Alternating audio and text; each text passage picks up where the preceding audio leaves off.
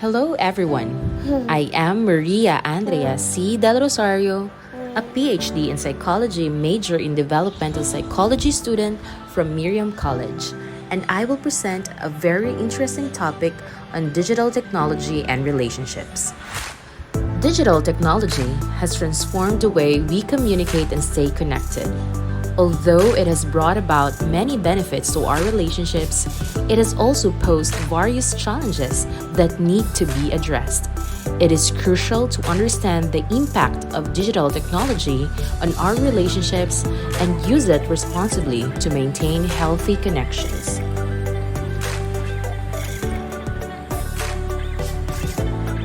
This will be the order of my presentation. First, let's start in defining what is technology and digital technology. Statistics, latest data insights and trends in the Philippines' digital use, how digital technology affects us, the impact of technology on relationships, when technology is harmful, when technology is helpful, and lastly, conclusions and recommendations. Can you imagine a life without technology? No internet, no vehicles, no phones, no machines, no electricity? Well, technology has become an essential part of daily life, transforming the way we communicate, work, and learn. Our dependence on technology has increased to the point where life without it seems unimaginable. While it simplifies certain tasks, living without it would require adapting to a different, possibly more challenging lifestyle, relying on personal abilities and resources.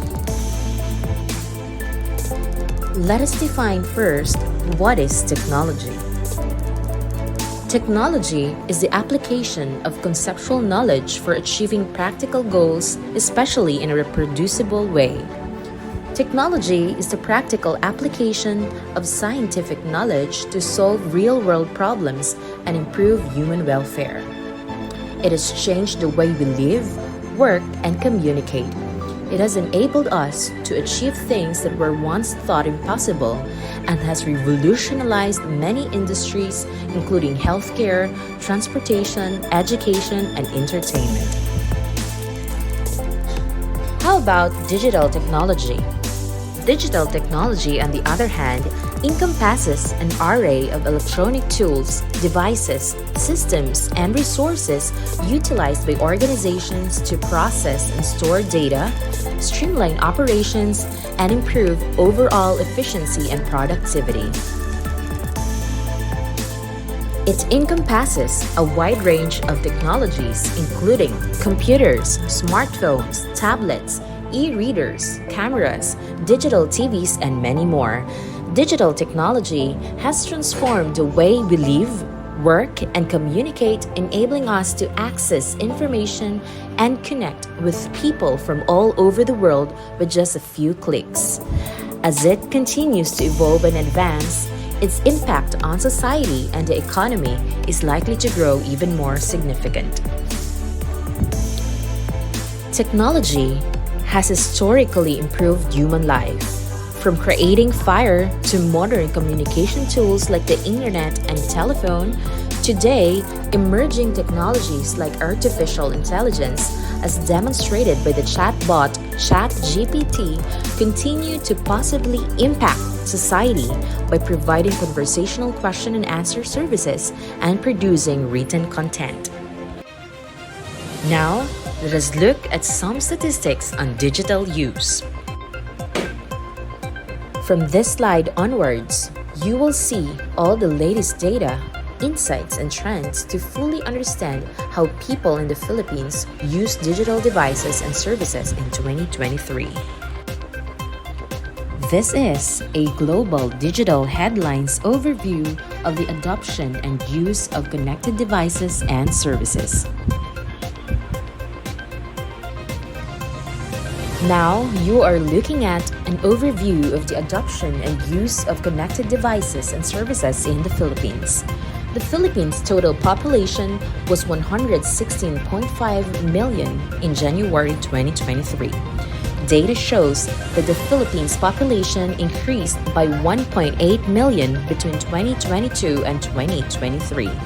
A total of 168.3 million cellular mobile connections were active in the Philippines in early 2023, with this figure equivalent to 144.5% of the total population. There were 85.16 million internet users in the Philippines at the start of 2023, when internet penetration stood at 73.1%.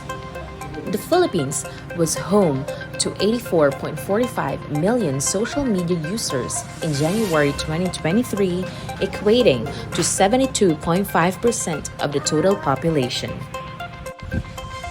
Here are some latest data, insights, and trends in the Philippines.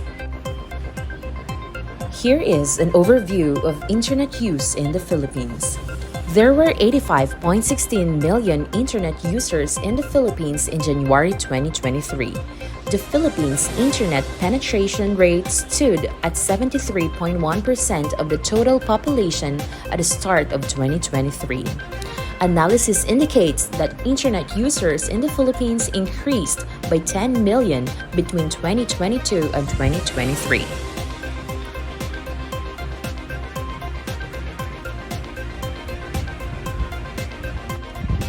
The following are the primary reasons why internet users aged 16 to 64 use the internet in the Philippines, with top 3: finding information, staying in touch with friends and family, and researching how to do things.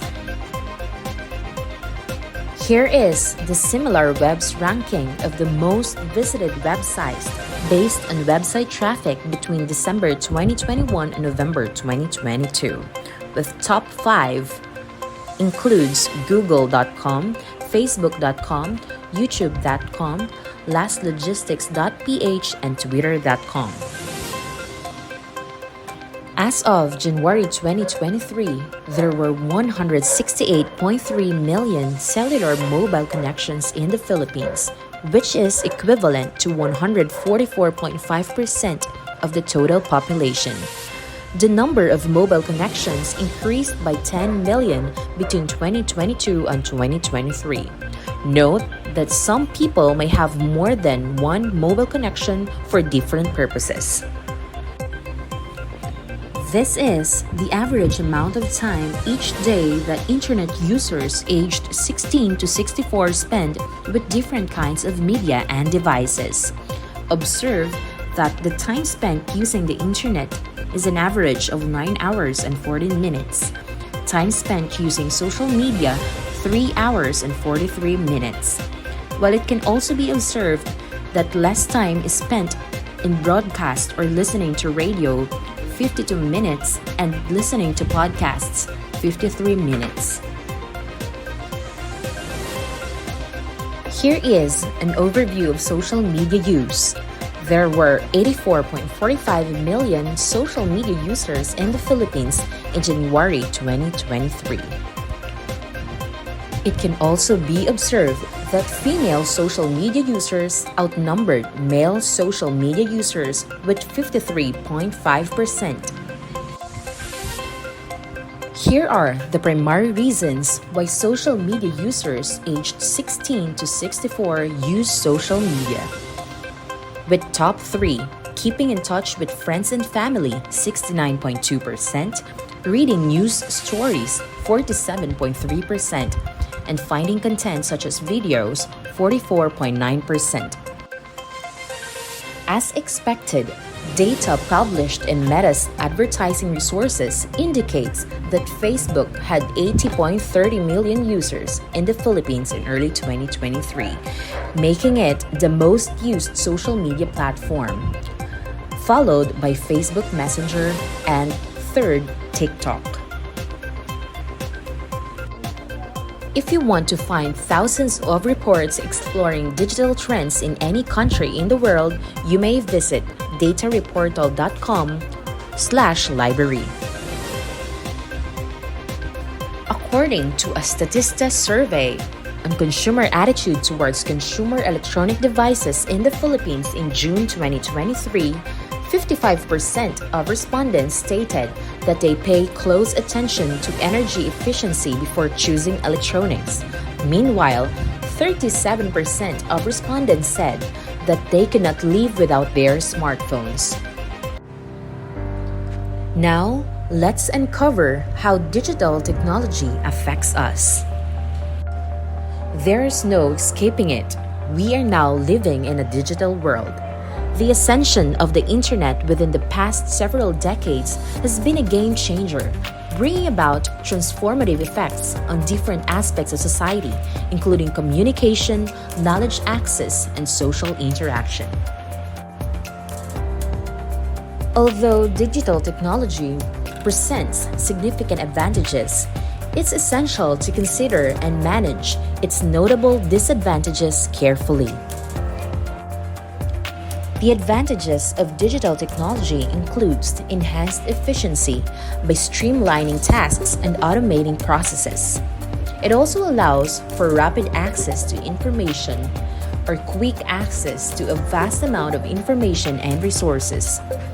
It also has an ability to streamline operations through automation and improved tracking and analytics systems.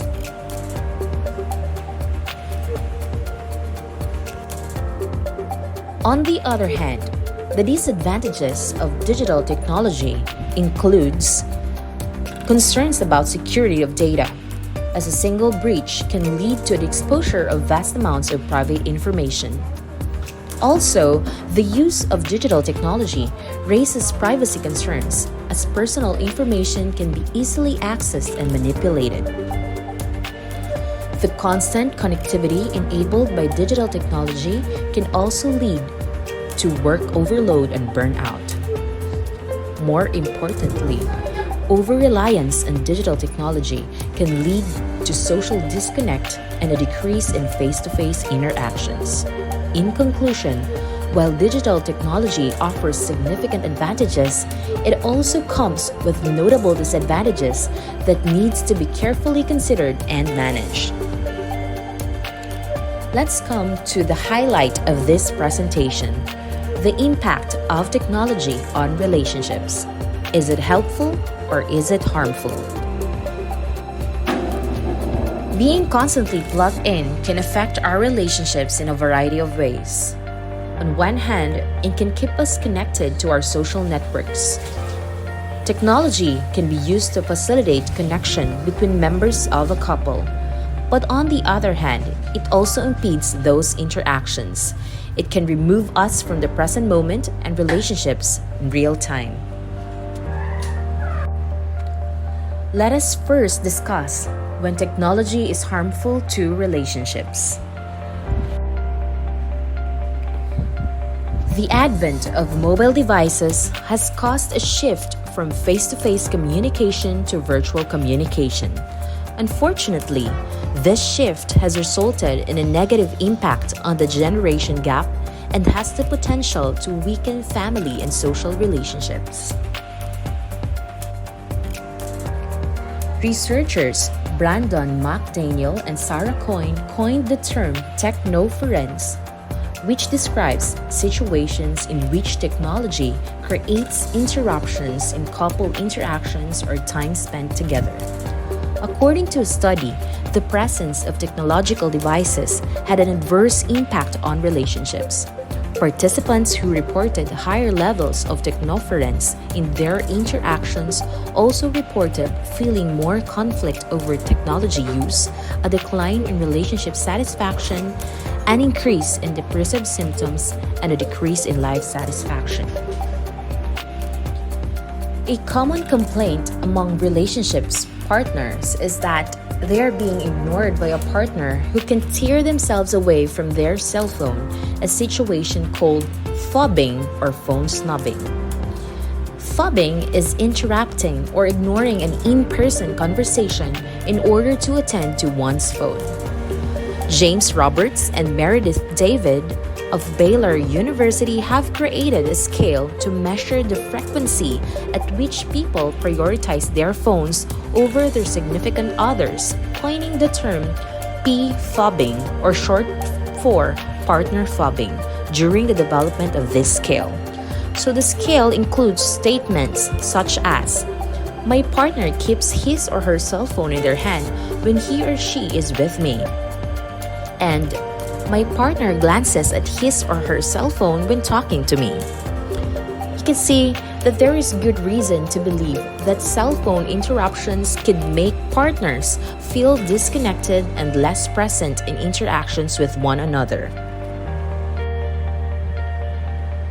2 studies were conducted to investigate the effects of P-fobbing, or partner phone snubbing, on relationships.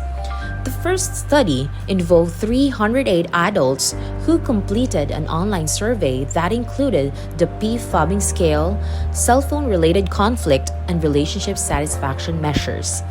The second study involved 145 adults who completed the same measures, as well as a measure of attachment anxiety, including abandonment anxiety, or fears that your partner doesn't love you and will leave you, and intimacy avoidance, or avoiding closeness with others. The researchers expected that abandonment anxiety would play a role in reactions to P-fobbing. As a result, in both studies, high levels of P-fobbing were associated with less satisfying relationships and more cell phone-related conflict with partners. In addition, the relationship between satisfaction and P-fobbing was partially explained by an increased level of conflict. This suggests that P-fobbing may lead to less satisfying relationships, in part because it creates conflict. In the second study, it was also found that this effect was even greater for those high in abandonment anxiety, so P-fobbing may be especially problematic for those already insecure about their relationships. An interesting question was raised about fobbing. Does P-fobbing lead to declines in relationship satisfaction, or do already unhappy partners ignore each other in favor of their cell phones? There are several reasons why dissatisfied individuals may turn to their phones rather than their partners. Perhaps we are more likely to fob partners who are getting on our nerves or boring us, finding our phones more entertaining or calming. Or maybe it goes deeper than that. If we are interacting with a partner who doesn't meet our emotional needs, we may seek to have those needs met elsewhere by interactions in our phone. Alternatively, if we generally find interactions with our partners to be unsatisfying, we are less invested in those interactions and thus less willing to give them our full attention. So being in a bad relationship to start with may increase the desire to P-fob. Fobbing itself can have negative consequences on a relationship. Studies have demonstrated that fobbing can create opportunities for conflict, potentially leading to damaged relationships. This is due to the fact that fobbing leads to less present interactions with one's partner. It's likely the case that P-fobbing is both the cause and a consequence of unsatisfying relationships. Let us look at the case of Dan and Nina. They typically use technology as an escape. They don't really use their phones during the day as they are busy with work. They tend to pick them up at the dinner table or when watching TV together at the end of the evening to catch up on emails or check social media. Dan and Nina are using it as an escape. Sure, they may not intentionally be escaping one another, but the pull toward emails and social media is pulling them out of their present relationship. Do you know that checking email and social media is also robbing our kids of crucial interaction with us? So as you can see, fobbing can also be harmful to parent-child relationships. In this era of digital technology, it's common that we are often engaged with our devices while also attending to our children. However, this behavior can lead to missed opportunities, from meaningful conversations to providing crucial information to answer challenging questions. Children may interpret this lack of attention as a lack of interest, resulting in feelings of indifference or looking for answers elsewhere. Parents who fob reported more attention-seeking behaviors from their children when they were engrossed in using technology, which also resulted in them snapping at their kids. It was also discovered that there are fewer verbal and non-verbal reactions with children when mobile devices are extremely used by parents. They also tend to be emotionally disconnected with kids for using a good chunk of the time supposed to be spent with children but was spent to focusing on a phone instead. Staying with a child for 5 hours but constantly using a phone during that time is not really spending time with them. To add with that, it's plain rude and it can feel like you are not really fully present with them. Also, young children learn by observing parents' behavior, so they will likely to pick up on the way a parent might engage in fobbing and adopt that behavior. According to an article, How Technological Distractions Destroy Connections by Susan Heitler, the use of cell phones and social media in college is replacing traditional social interactions, leading to less engagement in the present moment and a decrease in the enjoyment of social gatherings. Consequently, in small discussion-based classes, frequent cell phone use, including texting and browsing social media, disrupts conversations and causes a loss of focus during class discussions. That's some harmful effects of technology to relationships. And now let's proceed to when technology is helpful. In contemporary society, technology has become a primary communication medium connecting individuals with peers, family members, and romantic partners, irrespective of their physical location or time zone. It increasingly resulted in faster and more efficient ways to maintain contact. Technology has impacted how people talk and communicate with one another. It brought in many new electronic communication methods like emails, FaceTiming, and video conferencing applications. Technology has significantly transformed how individuals establish and maintain partnerships. It has enabled people to initiate relationships and sustain them over time. In relation to this, Tinder, a prevalent online dating application, has faced criticism for being primarily used as a hookup app. It is not actually the first time we have accused technology of changing our sexual behaviors. The good thing is, Timmermans conducted a research and uncovered 13 motives why people use Tinder. Number 1, entertainment tool when wanting to pass time. Number 2, curiosity. Number 3, ideal tool to befriend strangers. Number 4, quest for love. Number 5, ego booster. Number 6, ideal distraction. Number 7, improve flirting and social skills. Number 8, meet people with a similar sexual orientation. Number 9, friend created a Tinder profile for them. Number 10, communicate with locals. Number 11, increase sexual experience. Number 12, forget about their ex. And number 13, conformity. For number 11 out of 13, a small number of people admit to using the application to increase their sexual experience.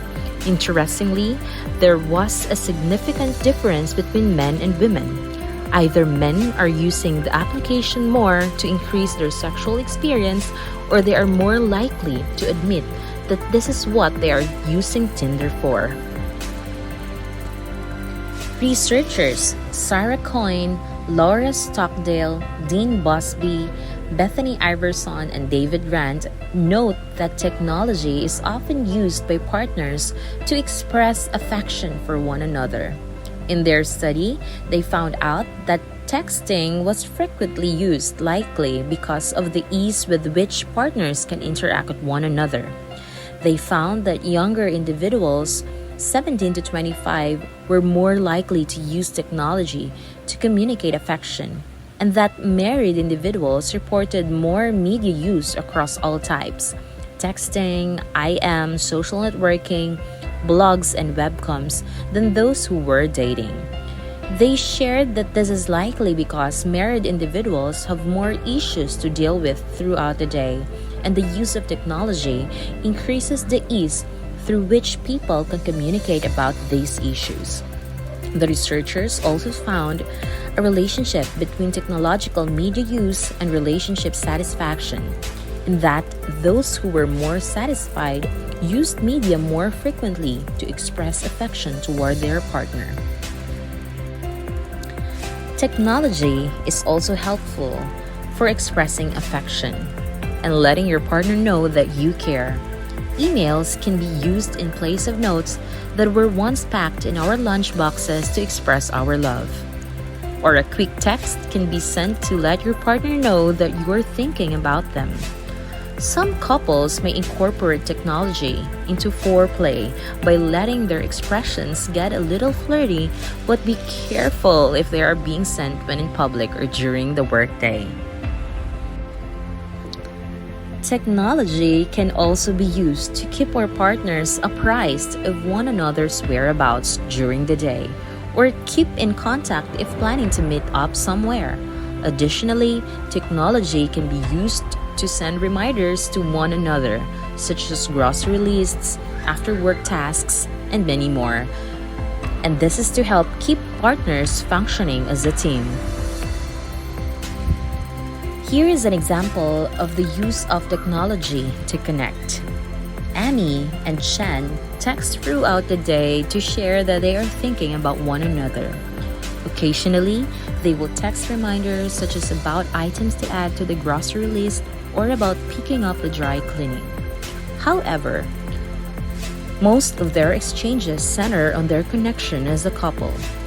When home, they make sure to have technology-free dinners so that they can discuss their day. There is a plethora of apps that focus on relationship enhancement through education and couples exercises. While these apps should not take the place of therapy, they can help couples enhance their relationships by having them engage in conversations about topics that they otherwise may have avoided. Additionally, these apps are often geared toward having couples learn something new about one another and are a great interactive way for partners to spend quality time together. Also, technology can actually be a healthy escape for parents. Parent participants in the study defended that their technology use indicating that it allowed them to plug into the outside world and served as a vital reminder that there is life beyond parenting. Many parents also reported using technology as a way to alleviate the boredom and the mundaneness that can come with parenting. While the researchers acknowledged that parents do not have to be available to their children 100% of the time, and that a little time on their own creates independence in kids and extra time for them to relax.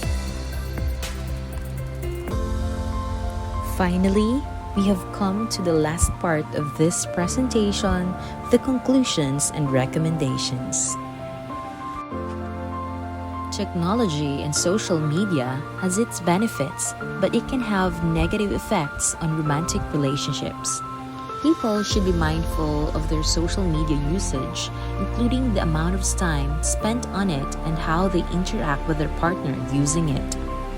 Texting was found also to have push and pull aspects, according to Jonathan Pettigrew. It pushes people to communicate in environments where it is otherwise difficult, but pulls them away from in-person interactions, making them less present.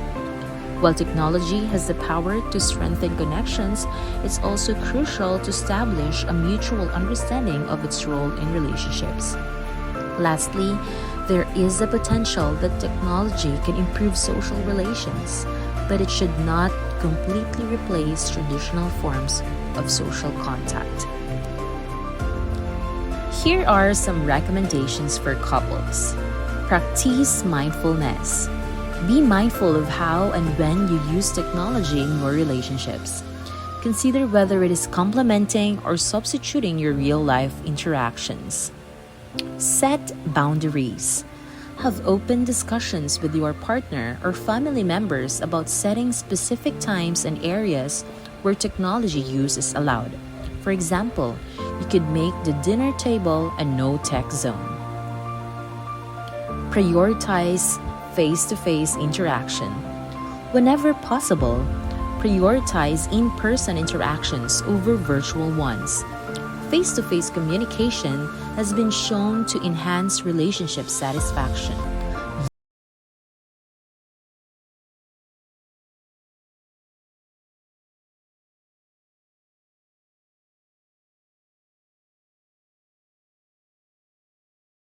Use technology to complement, not substitute.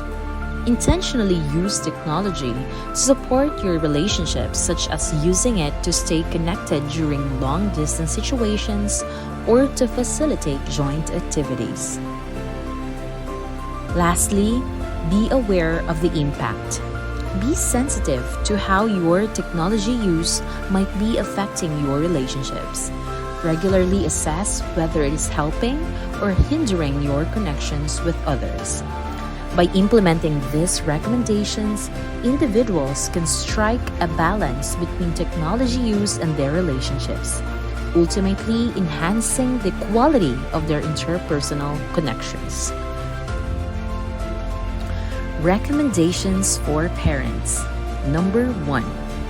Parents should demonstrate healthy technology habits, such as limiting their own screen time, avoiding distracted driving, and being mindful of their online interactions.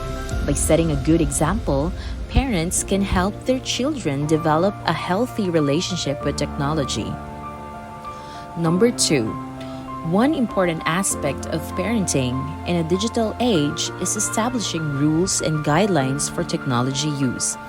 This can include setting limits on screen time, monitoring social media activity, and restricting access to certain websites or apps. It's also important for parents to have open and honest conversations with their children about the potential dangers of technology, such as cyberbullying and online predators. Lastly, parenting in the digital age requires a balance between embracing the benefits of technology while also protecting children from potential harm. With the right approach and resources, parents can help their children navigate the digital world safely and responsibly. Before I end my presentation, let me leave you a quote from David Schramm, a Utah State University assistant professor and an extension family life specialist. He said, "Talk more, use your phone less, and be where you are." Thank you for watching. Wishing you a happy and meaningful connections in the digital era. This is me, Maria Andrea C. Del Rosario, signing off. If you want to know more about digital technology and relationships, here are the sources or the references that I used.